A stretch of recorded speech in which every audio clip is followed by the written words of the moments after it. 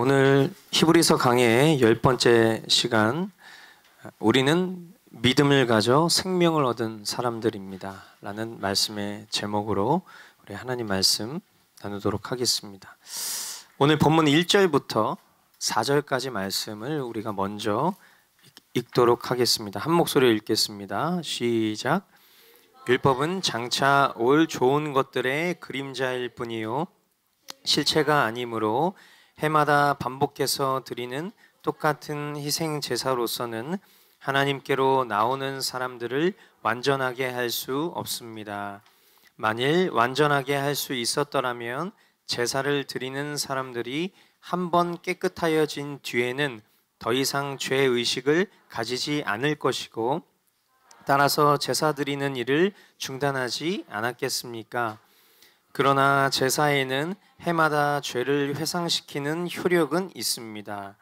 황소와 염소의 피가 죄를 없애줄 수는 없습니다. 아멘. 구약의 율법제도, 그 중에서도 제사제도가 주는 부족은 완전하지 못하고 불완전하며 또한 영구적이지 않고 일시적이다라는 것을 다시금 1절로 4절 말씀이 설명하고 있습니다.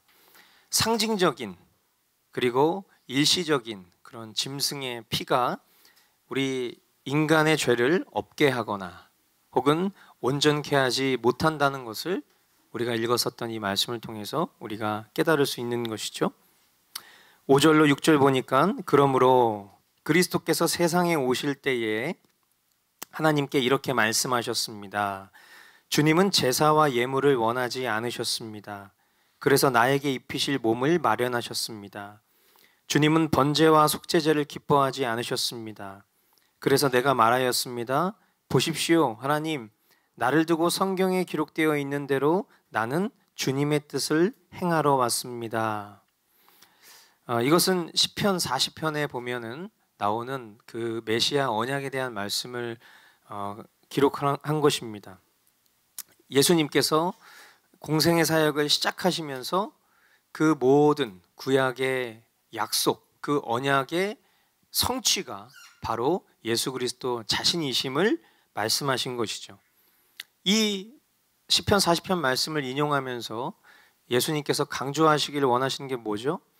하나님께서 짐승의 번제물과 속죄 제사를 기뻐하신다라고 인간은 생각했겠지만 그것은 일시적인 그리고 인간의 제한적인 제도일 뿐이다. 그것이 하나님을 결코 영구히 기쁘게 해드릴 수 없다. 자신의 몸을 드려, 즉 예수 그리스도 자신이 성육신하셔서 그의 몸을 단번에 희생 제물로 드리시는 것을 통해서 하나님의 뜻이 이루어질 것이다. 그것이 성경에서 예언되어 있는 속죄인 것이다. 속죄의 완성인 것이다 라는 것이죠. 이렇듯 우리가 구약의 말씀을 보면 이 구약은 결국 메시아의 오심, 메시아가 오실 것이다. 그리고 그 메시아가 오셔서 어떤 사역을 하실 것이다. 즉 그 많은 제사제도를 다 폐하시고 결국 단번에 몸을 들이셔서 우리의 모든 죄를 속죄해 주실 것이다 라는 그 메시아의 사역과 동시에 성취될 언약들이 기록되어 있는 것이 바로 구약이다 라는 것을 확인시켜주는 말씀인 것입니다. 8절로 9절에 보니까 위에서 그리스도께서 주님은 제사와 예물과 번제와 속죄제를 원하지도 기뻐하지도 않으셨습니다 하고 말씀하셨습니다. 이런 것들은 율법을 따라 드리는 것들입니다. 그 다음에 말씀하시기를 보십시오, 나는 주님의 뜻을 행하러 왔습니다 하셨습니다. 그리스도께서는 두 번째 것을 세우시려고 첫 번째 것을 폐하셨습니다. 이 뜻을 따라 예수 그리스도께서 자기 몸을 단번에 들이심으로써 우리는 거룩하게 되었습니다. 그리스도로 말미암은 속죄 사역의 완성이 하나님의 결론이었고, 예수 그리스도께서는 이 하나님의 결론을 위해서 이 세상에 오신 것입니다. 아멘. 그로 인하여 우리는 예수님과 같은 거룩함을 취할 수 있게 된 거예요. 즉 그리스도와 함께 죽고 그리스도로 사는 복음의 수혜자가 되었다라는 말입니다. 더 놀랍고 감사한 것은 저기에 이제 볼드체로 언더라인 되어 있는 되었습니다라는 이 말씀을 우리가 묵상해 보면 이것이 정말 위대한 일이다라는 것을 다시 한번 깨달으실 수 있게 될 거예요. 뭐냐면 성경이 이러한 놀라운 속죄, 이 그리스도와 함께 죽고 그리스도로 살아가는 그 거룩함의 수혜자된 우리 한 사람 한 사람이 우리의 시간과 우리의 삶 속에서 이것을 우리의 열심과 노력으로 이뤄가야 되는 그런 현재 진행형으로 성경이 말하고 있는 것이 아니라 하나님 편에서는 이미 이것이 과거에 완료된 사실이다라는 것을 과거 완료형으로 표현하고 있다는 것입니다. 이 사실을 믿는 성도들은요, 이미 그리스도 안에서 거룩함을 입은 자들인 것입니다. 아멘. 이미 하나님께서 이 모든 일들을 이루신 거예요. 과거에 다. 그리고 그것을 믿는 성도들이 그 거룩함을 취할 수 있게 된다는 거예요. 이것을 법적인 의, 법적인 거룩, 법적인 구원이라고 부릅니다. 하나님 편에서 선포가 되고 땅땅땅 판결이 이미 다 끝났다라는 의미의 법적이라는 의미인 것이죠. 할렐루야. 11절로 모든 제사장은 날마다 제단에 서서 직무를 수행하면서 똑같은 제사를 거듭 드리지만 그러한 제사가 죄를 없앨 수는 없습니다. 그러나 그리스도께서는 죄를 사하시려고 단 한 번에 영원히 유효한 제사를 드리신 뒤에 하나님 오른쪽에 앉으셨습니다. 그리고서 그는 그의 원수들이 그의 발 아래에 굴복할 때까지 기다리고 계십니다. 그는 거룩하게 되는 사람들을 단 한 번의 희생 제사로 영원히 완전하게 하셨습니다. 예수님께서는 우리가 잘 아는 바대로 보좌 우편에, 하나님 보좌 우편에 앉아 계십니다. 근데 그것은 우리가 늘 말하는 것처럼 어떤 물리적이거나 상태를 표현하고 있는 것이 아니라 상징적인 의미라고 했어요. 즉 보좌 오른쪽에 앉으셨다라는 것은 예수 그리스도께서 감당하셔야 될 그 모든 사역, 그 구약이 예언하고 있었던 그 모든 사역을 다 마치셨다라는 의미인 것입니다. 모든 것을 다 마치시고 이제 보좌 우편에 복귀하셔서 그 자리에 앉아 계신다라는 의미인 거예요. 언약의 성취로 성육신하셔서 택하신 이들의 대속 제물이 되어주시고 사망 권세를 깨트리셔서 믿는 자들의 부활 근거가 되시고 그리고 승천하셔서 이 모든 사역을 마치고 보좌 우편에 앉아 계신다라는 것입니다. 그리고 그의 원수들이 그의 발 아래에 무릎 꿇기까지 굴복하기까지 기다리셨다가 그 하나님의 정하신 때가 되면 심판의 주님으로 이 세상 가운데 다시 오시게 되는 것입니다. 그때에 예수 그리스도를 주로 고백하고 믿는 저와 여러분들은 더 이상 그 어떠한 정죄와 심판을 받지 않습니다. 왜요? 앞서 우리가 확인한 바대로 우리의 심판은 2000년 전 십자가 위에서 예수님께서 죽으심을 통해 이미 우리가 받아야 될 심판을 예수님께서 다 받으셨고 이 사실을 믿어서 그리스도를 주님으로 고백하는 이들에게는 이미 법적 거룩과 법적 의와 법적 구원이 완료되었기 때문입니다. 아멘. 여러분 여기서 우리가 감격을 해야 돼. 여기서 감격할 포인트예요. 지금 아무리 우리가 연약하고 아무리 우리가 매일매일 말씀과 기도 앞에 섰을 때 우리의 비참함을 본다 할지라도 그것이 우리가 죽을 만큼, 그것이 우리가 죽고 싶을 만큼 힘들다 할지라도 우리가 그 속에서 죽지 않고 소망을 둘 수 있는 이유가 이미 하나님께서 이 모든 일들을 십자가 위에서 예수 그리스도를 통해서 다 이루셨기 때문이라는 거예요. 이 사실의 근거를 두고 살아가는 삶이 저와 여러분들의 믿음의 삶인 줄 믿으시기 바랍니다. 15절 이하 말씀, 그리고 성령도 우리에게 증언하여 주십니다. 먼저 이렇게 말씀하셨습니다. 주님께서 말씀하신다. 그날 이후에 내가 그들에게 세워줄 언약은 이것이다. 나는 내 율법을 그들의 마음에 박아주고 그들의 생각에 새겨주겠다. 또 나는 그들의 죄와 불법을 더 이상 기억하지 않겠다. 죄와 불법이 용서되었으니 죄를 사하는 제사가 더 이상 필요 없습니다. 우리의 믿음, 앞서 우리가 우리의 믿음의 근거가 이미 하나님께서 예수 그리스도를 통해서 행하신 그 모든 일들에 있다라는 이야기를 했을 때에 그 믿음을 더 견고하게 하도록 도우시는 하나님의 또 다른 방편은 바로 성령님을 통해 이루어진다라는 것입니다.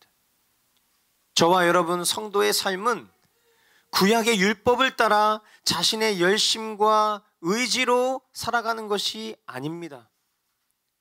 우리의 삶은 성령님의 도우심을 통해 우리 안에 자원하는 마음이 드는 것도 성령님의 도우심을 통해 내가 기꺼이 하나님 말씀에 순종하고자 하는 의지 또한 성령님의 도우심을 통해 성령께서 우리의 마음을 유발케 하셔서 사는 삶인 것입니다. 또한 우리의 또 다른 열심과 노력으로 마치 매일의 제사처럼 그 구약의 성도들이 드렸던 그런 매일의 제사처럼 그런 죄사함의 삶을 이끌어내는 것이 아니라 이미 완성된 속죄의 은혜를 믿는 것입니다. 아멘. 그러므로 혹 우리 가운데 우리가 매일매일 십자가 앞에서 내가 죽노라, 내가 그리스도로 말미암아 오늘을 살아가노라라는 그 고백이 우리의 어떤 행위적 열심으로 발현되어서 우리가 뭔가 오늘 나의 열심과 행위로 나의 죄를 도말하려고 하는 그런 어떤 이상한 행동과 어떤 미신적인 태도를 취하고 있는 부분들이 있다면 우리는 그것들을 걷어내야 하는 거예요. 내가 오늘 말씀과 기도를 하는 것이 뭔가 하나님 앞에 내가 보상 드린다라는 그런 개념으로 말씀 기도를 하는 것이 아니라 그것을 믿어야 하기 때문에, 그러나 나의 힘과 능력으로 믿을 수가 없는 그런 존재라는 것을 깨달았기 때문에 그 말씀 기도 앞에 머물렀을 때 그 말씀을 통해서 우리 안에 살아 역사하시는 성령님이 우리 마음 가운데 그 말씀을 깨닫게 하시고 그리스도께서 나와 함께 십자가에서 2000년 전 죽으셨다라는 것을 믿을 수 있도록 도우시는 것입니다. 아멘. 자, 19절 말씀. 그러므로 형제자매 여러분, 우리는 예수의 피를 힘입어서 담대하게 지성소에 들어가게 되었습니다. 예수께서는 휘장을 뚫고 우리에게 새로운 살 길을 열어주셨습니다. 그런데 그 휘장은 곧 그의 육체입니다. 성소와 지성소 개념은 우리에게 익숙한 개념이 아니에요. 그러나 이 히브리서의 수신자인 히브리 민족에게 있어서 성소와 지성소는 아주 익숙한 개념이죠. 지성소에 담대하게 들어가도 된다는 말, 예수 그리스도께서 자기의 찢기심으로 휘장을 가르시고 모든 이들의 영생의 길을 열어주셨다는 말, 이 말만큼 히브리 민족에게 소망이 되는 말이 있을까요? 지성소는 아무나 들어갈 수도 없는 거예요. 1년에 한 번 대제사장만이 들어갔는데 그 대제사장이 그 지성소 가운데 들어갔다가 죽을 수도 있어. 하나님의 영광을 봐서 죽을 수도 있고 민족의 죄악된 심판의 결과로 죽을 수도 있고 누구나 들어갈 수 없는 그 지성소에 들어갈 수 있습니다라는 말만큼 히브리 민족에게 소망이 되는 말이 있을까? 그것을 들어갈 수 있는 그 힘이 다른 것으로부터 오는 것이 아니라 내가 율법을 완전하게 지켜서 영적 저울추 위에 나의 선행과 악행의 그 무게들을 달아봤을 때 선행이 훨씬 더 많아서 저울추가 내려갔다는 자격 때문에 지성소에 들어갈 수 있는 것도 아니라 철저히 예수 그리스도께서 자기의 찢기심으로 휘장을 가르시고 이스라엘 백성들 뿐만 아니라 예수 그리스도를 주로 고백하는 모든 이들의 영생의 길을 열어주셨다. 이것은 히브리 민족뿐만 아니라 저와 여러분들에게도 소망이 되는 말인 것이죠. 오늘도 우리가 찬양의 가사로 그렇게 고백하지 않았습니까? 주의 보좌로 나아갈 때에 어떻게 나가야 할까? 어떻게 나가야 됩니까? 나를 구원한 주의 십자가, 그것을 믿으며 가는 것이죠. 아멘. 우리가 지난주에 고백했었던 찬양의 가사처럼 새롭고 산 길이 되신 예수, 길과 진리 생명 되셨네. 우리가 찬양의 고백을 할 때는 그 리듬과 박자에 맞춰서 가사를 흘려보내다 보니까 우리 마음 가운데 깊이 들어오지 않을 때도 참 많지만, 한 주 지났는데도 그 가사의 고백이 우리의 심령 가운데 새겨지는 것은 오늘 이 말씀 속에서 새로운 살 길을 열어주셨다 라는 이 고백 속에서 우리가 고백했었던 그 찬양의 가사들 안에 얼마나 놀라운 고백이 담겨져 있는지를 다시 한번 저와 여러분들에게 깨닫게 해주시는 것입니다. 아멘. 그리고 자 21절, 우리에게는 하나님의 집을 다스리시는 위대한 제사장이 계십니다. 그러니 우리는 확고한 믿음을 가지고 참된 마음으로 하나님께 나아갑시다. 우리는 마음에다 예수의 피를 뿌려서 죄책감에서 벗어나고 맑은 물로 몸을 깨끗이 씻었습니다. 아멘. 하나님의 집이라는 표현이 나와요. 하나님의 집. 하나님의 집이라는 것은 뭘까? 이것은 교회된 우리 한 사람 한 사람이 이루게 되는 공동체를 말하는 것이죠. 우리 한 사람 한 사람이 모여서 교회 공동체를 이룬 것, 그것이 하나님의 집인데, 우리가 이러한 진리의 말씀을 어디서 듣습니까? 하나님의 집, 공동체 가운데 선언되어지는 이 공동체 예배 속에서 선포되는 말씀을 통해서 우리가 듣습니다.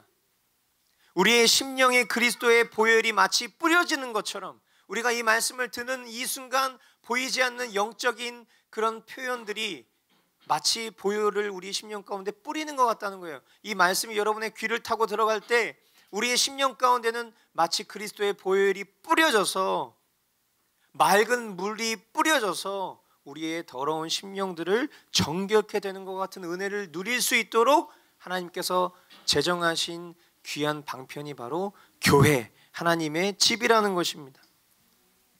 이미 이루어진 일들, 그것을 믿음으로 확인하는 것을 이 비유를 통해서 그렇게 설명을 하고 있는 거죠.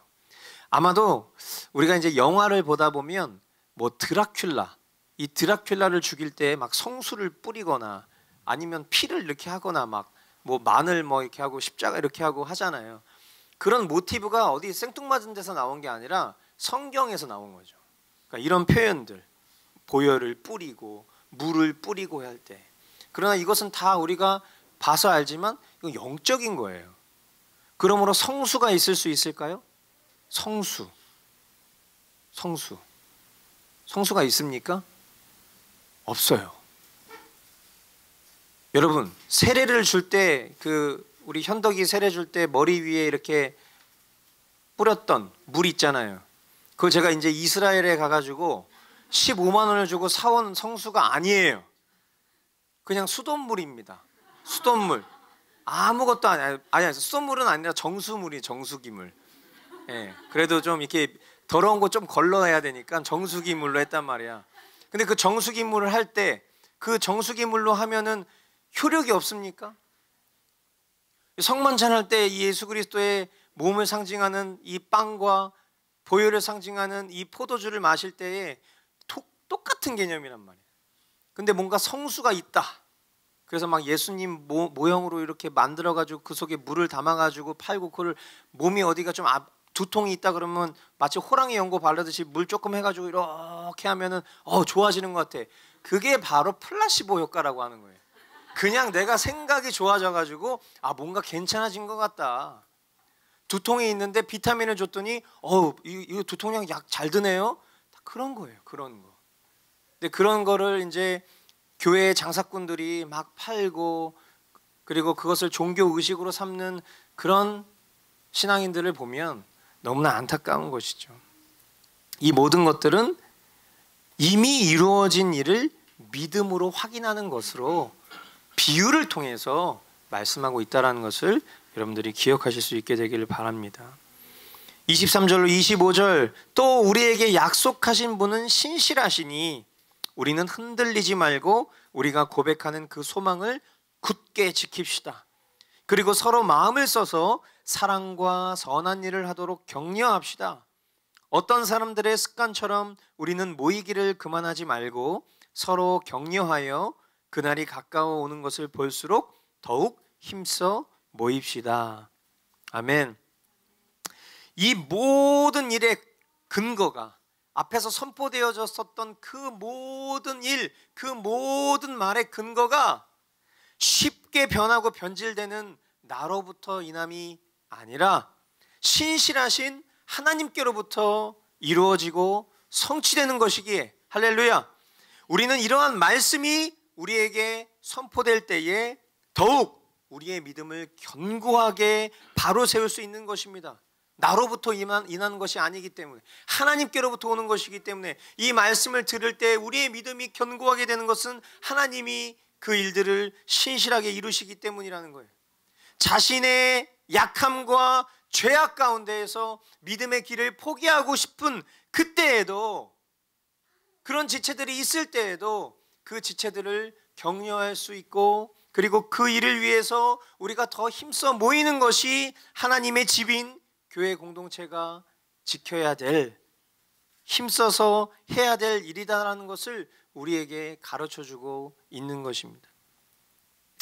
우리 머스트 공동체는 교회의 비전에 맞게 물리적인, 장소적인 그런 모임에 힘쓰기보다는 영적 모임에 힘쓰기 위해서 우리가 머스트 라이프를 강조하고 있습니다. 동시에 주중에 모임을 최소화해서 각자의 삶에서 복음에 증인된 삶을 힘써 살 수 있도록 그렇게 추구하는 그런 공동체예요. 그러다 보니까 항상 제 마음에 두 가지 마음이 생깁니다. 성경에 보면 모이기를 힘써라라고 했단 말이에요. 이 모이기를 힘써라라는 성경의 가르침을 더 물리적인 실제로 지켜야 하진 않을까? 또는 성도 개개인의 신앙 성숙에 의존했을 때 그것이 개인의 믿음의 차이에 따라서 발생하는 부작용이 있지는 않을까? 이런 고민들이 제 안에 굉장히 많이 있습니다. 더욱 또 지금 연말이고 이제 내년도에 어떤 교회 공동체의 방향성을 위해서 교육자들이 모여서 이야기를 나누고, 또 오늘 우리가 성도회의를 통해서 교회의 여러 크고 작은 결정들을 하는 그 과정 속에서, 또 목회의 방향을 결정하는 과정 속에서 지금도 이 고민은 여전히 현재 진행형이에요. 저는 우리 성도들이 한 성령님의 인도함을 받아서 말씀을 온전히 따르는 공동체가 되기를 소망합니다. 모이는 일이 우리에게 귀찮은 일 혹은 나의 기호에 맞춰서 나의 스케줄에 따라서 선택하는 일이 되지 않고 각자의 삶의 자리에 충실하되 더욱 모여 교제하고 우리 믿음을 자라게 하는 일에 열심낼 수 있기를 바랍니다. 이 일에 저와 여러분 모두가 하나님을 경외함 속에서 생각과 마음과 의지를 모을 수 있기를 주님의 이름으로 축원드립니다. 26절 이하의 말씀은 복음의 진리를 전달받은 성도들에게 엄중한 경고와 책임에 대한 말씀이에요. 우리 26절부터 31절까지 말씀 우리 한 목소리로 읽도록 하겠습니다. 시작. 우리가 진리에 대한 지식을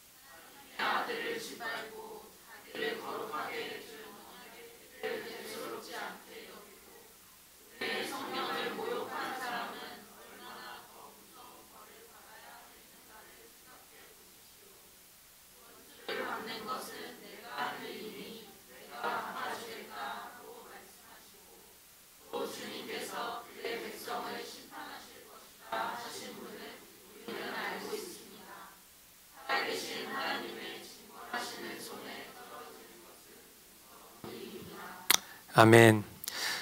우리가 잘 아는 바와 같이 구원받은 자가 타락해서 그 구원이 취소될 수 있습니까? 없습니까? 구원받은 자가 타락했어요. 그래서 그 받은 구원이 취소될 수 있습니까? 없습니까? 없죠. 예. 이것은 그 진리의 기준에서 이 말씀을 봤을 때는 이것은 취소될 수 있다는 그런 말이 아니라 경고의 말씀이구나. 그렇게 우리가 이제 이해하면 되는 것이죠. 저와 여러분이 진리에 대한 지식을 얻은 뒤, 이게 무슨 말일까요? 구원받은 후에, 이 말이겠죠. 구원받은 후에 고의적으로 내가 이게 죄인 줄 알면서도 죄를 범하면 그것은 믿음이 없는 자일 수 있다라는 엄중한 경고의 말씀을 우리가 받아야 된다는 거예요. 그렇기 때문에 삶과 우리 자신의 삶을 늘 돌아보고 나의 믿음이 산 믿음인가 죽은 믿음인가 이것을 점검하면서 참된 회개와 하나님의 은혜와 자비를 구하는 겸손이 있어야 된다라는 것을 저와 여러분들에게 경고하고 있는 말씀인 것이죠. 그러면서 모세의 율법을 어겼을 때에도 그 민족이 받은 형벌이 얼마나 엄중했는가. 하물며 예수 그리스도의 핏값으로, 모세와 예수 그리스도, 그들의 율법과 그들의 제사와 비견할 수 없는 그 예수 그리스도의 핏값으로 은혜를 거저 입은 죄인이 받은 은혜를 경홀히 여기고 함부로 죄를 짓고 사는 것이 과연 중생한 자가 맞는가? 그죠? 너무 상식적인 거잖아요. 율법 속에 살아가고 있는 자들도 그 율법을 제대로 살아내지 못하고 지키지 못해서 받는 그 엄중한 벌들이 있는데, 우리는 그것과 비견할 수 없는 완성된 예수 그리스도의 핏값의 은혜를 가지고 살아가는 우리가 그 받은 은혜를 너무 경홀히 여기고 아무렇지도 않게 우리가 죄를 짓고 살아간다면 과연 그 사람이 구원받은 사람일 수 있는가라는 질문은 지극히 상식적이지 않냐는 거예요. 그렇죠? 영생을 누릴 자격이 되는가? 이 더 크고 더 엄중한 경고를 저와 여러분들에게 하고 있어요. 우리가 진지하게 이 말씀 앞에 또 서야 되는 거예요. 오늘 또 주님이 우리에게 질문하시는 거예요. 그냥 지나가실 줄 알았더니 또 엄중한 경고. 지금 너 괜찮니? 지금 너 믿음 괜찮니? 너 지금 너가 죄 짓고 살아가는 그거 정말 너 믿음 있다고 여기는 너가 그렇게 함부로 지을 수 있는 죄 맞니? 라는 질문을 우리에게 하시는 것이죠. 그러므로 복음을 영화롭게 한다라는 것은요, 우리에게 임한 은혜를 우리가 경시하지 않는 것입니다. 한번 따라해 주시겠어요? 복음을 영화롭게 한다는 것은 우리에게 임한 은혜를 우리가 경시하지 않는 것이다. 자, 우리가 지난주에 교리 공부를 했을 때 이런 이야기를 나눴어요. 우리가 무엇을 해서 하나님을 영화롭게 할 만큼 하나님은 부족한 분이 아니시다. 기억나시죠? 우리가 뭘 해드려야 하나님이 영광을 받으신다라는 얘기는 하나님이 부족하기 때문에 우리를 통해서 영광을 받으신다는 개념이잖아요. 하나님 그런 분이 아니란 말이에요. 그리고 우리가 그럴 존재가 되지도 않아요. 우리 존재 자체가 그냥 하나님의 기쁨인 거예요. 그렇다면 우리가 하나님을 영화롭게 해드린다는 건 뭐겠습니까? 하나님께로부터 받은 은혜를 우리가 아무것도 아닌 것처럼, 코푼 휴지처럼 그냥 그렇게 여기는 그런 태도가 되어서는 안 된다는 거예요. 하나님을 영화롭게 한다는 건 나의 어떤 행위와 나의 열심을 통해서, 뭔가 doing을 통해서 내가 이렇게 해야 하나님이 기뻐하시는 거지, 내가 이렇게 해야 뭔가 하나님께 기여하는 거지, 그게 아니라 오히려 거꾸로 하나님께로부터 그 받은 수많은 영광과 하나님께로부터 받은 은혜를 내가 소중히 여기는 태도가, 그게 복음을 영화롭게 한다라는 것입니다. 아멘. 여러분, 이것을 기억하실 수 있어야 돼요. 그러면 우리의 삶의 방향성이 바뀔 거예요. 내가 뭘 해야 되지? 내가 어떻게 해야 하나님께 영광을 돌릴 수 있을까? 아니에요. 제가 주중에 한 형제와 신방을 나누는데 그 형제가 진로의 문제를 고민하다가 이렇게 얘기를 하더라고요. 아무것도 안 하는 것도 한번 생각을 해보고 있다는 거예요. 아무것도 안 하는 것도 생각을 해보고 있다라는 그 얘기가 저에게 또 철렁했어요. 아, 또 백수를 만드는 건가? 이런 생각이 들었단 말이에요. 그 정도로. 그런데 물론 그 의도는 그런 의도는 아니죠. 꼭 내가 무엇을 해야지 하나님을 기쁘게 해드릴 수 있는 게 아니라는 걸 깨달았기에 내가 주력하고 내가 품고 내가 가장 힘써야 될 그것은 내가 뭘 해야 되는 게 중요한 게 아니라 내가 어떻게 하면 주님과 동행을 할지, 내가 어떻게 하면 그 주님의 뜰 안에 거할지, 이것이 나에게 가장 중요한 것임을 깨달았다라는 의미인 것이죠. 우리 공동체가 복음을 영화롭게 하라, 참 많이 쓰는 표현인데 이 표현을 일주일 내내 들었던 자매도 저기 앉아있지만 그 표현 넘어 우리의 행함으로 그 표현을 또다시 변질시키는 것이 아니라 나에게 임한 은혜를 어떻게 하면 내가 더 소중히 여기고 그것을 기뻐할지를 고민할 수 있는 저와 여러분이 되기를 바랍니다. 32절로 36절, 여러분은 빛을 받은 뒤에 고난의 싸움을 많이 견뎌낸 그 처음 시절을 되새기십시오. 여러분은 때로는 모욕과 환난을 당하여 구경거리가 되기도 하고 그런 처지에 놓인 사람들의 친구가 되기도 하였습니다. 여러분은 감옥에 갇힌 사람들과 고통을 함께 나누었고 또한 자기 소유를 빼앗기는 일이 있어도 그보다 더 좋고 더 영구한 재산이 있다는 것을 알고서 그런 일을 기쁘게 당하였습니다. 그러므로 여러분의 확신을 버리지 마십시오. 그 확신에는 큰 상이 붙어 있습니다. 여러분이 하나님의 뜻을 행하고서 그 약속해 주신 것을 받으려면 인내가 필요합니다. 아멘. 하나님의 시간 속에서 내 인생의 모든 죄를 다 하시고 속죄해 주셨다는 것을 아는 일과 진리에 대한 지식을 얻은 뒤에도 죄를 짓고 있는 것의 차이는 뭐의 차이냐? 은혜에 대한 반응하는 태도의 차이. 속죄받은 죄가 얼마나 크고 무시무시한 것이었는지를 깨달았기 때문에 복음의 증인으로 살자라는 것인데, 나의 죄를 연약함으로 둔갑시키고, 여러분 죄는 죄고 연약함은 연약함이에요.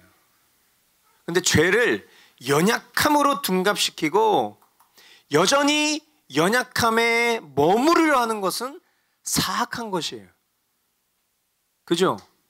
우리가 어떤 죄를 짓잖아요. 그러면 그 죄를 지은 것을 빨리 인정하면 그거는 사악하다는 느낌이 없어요. 그죠? 그런데 나 죄 안 졌어요. 거짓말 하잖아요. 혹은 나의 이 연약함 때문에 우리가 이렇게 이것을 전환해서 합리화시키면 그것은 상대방으로 하여금 어떤 느낌이 들죠? 기만한다는 생각이 드는 거예요. 더 화가 나는 거죠. 그 사람이 지은 죄는 생각도 안 나. 이제 그런 태도 때문에 화가 나는 거죠. 그런 태도를 가지고 사는 사람은요, 결코 죄를 미워할 수 없습니다. 결코. 그리고 그 사람은 하나님 편의 선자가 아니에요. 아직 구원받지 못한 사람, 징벌받아 마땅한 죄인 그대로임을 잊어서는 안 된다라는 거예요. 저와 여러분이 복음 앞에 서서 수많은 대가 지불을 치르고 지금까지 왔습니다. 물론 앞으로도 우리가 치러야 될 수많은 대가 지불들이 남아 있어요. 직면한다, 끄슬리면 안 된다, 경외함으로 서야 된다. 우리 공동체에게 굉장히 익숙한 표현들이 실제가 되기 위해서 우리가 몸부림치면서 왔어요. 그것을 마치 히브리서 이 기자의 표현대로라면 여러분은 빛을 받은 뒤에 고난의 싸움을 많이 견디어낸 그 처음 시절을 되새기라 같은 말이죠. 사탄은요, 우리의 약함을 너무 잘 알아요. 사탄은 강합니다. 여러분, 사탄을 무슨 쪼무레기 어디 무슨 꼬봉처럼 생각하시면 안 돼요. 사탄은 진짜 강해요. 그래서 우리가 사탄과 싸우잖아요. 그럼 우리는 반드시 질 수밖에 없어요. 반드시. 하지만 우리가 사탄을 이길 수 있는 힘은 나에게 있는 것이 아니라 내 안에 계신 주님이시고, 그 주님은 영구히 사단과의 모든 싸움에서 이미 승리하셨음을 우리가 믿는 거예요. 내가 사탄을 이긴 방법은 그럼 뭐겠어요? 주님과 하나가 되는 것입니다. 내 힘과 열심으로 뭔가 하려고 하면 사탄에게 우린 100% 진다고. 그런데 우리가 주님과 하나가 되면 주님이 승리하셨기 때문에, 그래서 이것을 우리가 도르트 신조 공부할 때 이런 표현을 썼잖아요. 십자가로 도망치자. 십자가로 도망치는 법 외에는 우리가 이길 방법이 없는 거예요. 마치 어린아이가 길을 가고 있는데 자기 몸집보다 훨씬 큰 개가 나타났어. 그 개를 이기려면 어떻게 해야 돼요? 그 개와 싸우면 이깁니까? 그럼 어떻게 해야 돼요? 아빠한테 도망가야지, 아빠한테. 근데 아빠가 개를 너무 무서워해. 제가 태국에 가서 윤혁 형제랑 있을 때 밤에 이렇게 집을 가려고 길을 걷고 있는데 개들이 엄청 많은 거야. 제가 처음으로 윤혁이 뒤에 숨었습니다. 개를 무서워해. 여러분, 사단과 나의 전쟁, 나만 알잖아요. 그죠? 그때 그것을 우리의 행위적 열심으로 이기려고 하면 절대로 못 이긴다는 얘기를 하고 있는 거예요. 어떻게 해야 된다고요? 십자가로 도망쳐야 돼. 내 안에 계신 주님을 바라보는 것입니다. 그래서 우리는 오늘도 내게 익숙한 그 죄성으로부터 벗어나 주님을 바라보고 주님을 쫓아야 하는 것이에요. 십자가로 도망치는 것입니다. 우리를 둘러싸고 있는 모든 죄성과 연약함으로부터 오는 그 고통을, 그 절망을 치유하실 주님만 기대합시다. 그 어떤 방편으로든 치유하시는 우리 주님께서 저와 여러분들을 온전케 하실 것을 신뢰합시다. 그리고 그 어떤 방편보다도 우리에게 이 모든 영적 싸움을 이길 수 있는 방편, 성경을 우리에게 주셨으니까 그 성경 말씀으로 우리가 도망치는 그런 은혜가 저와 여러분들에게 있기를 바랍니다. 말씀의 끝자락, 성경은 우리에게 인내의 한도에 대해서 이야기를 합니다. 37절로 39절 말씀 우리 한번 읽어보도록 하겠습니다. 시작.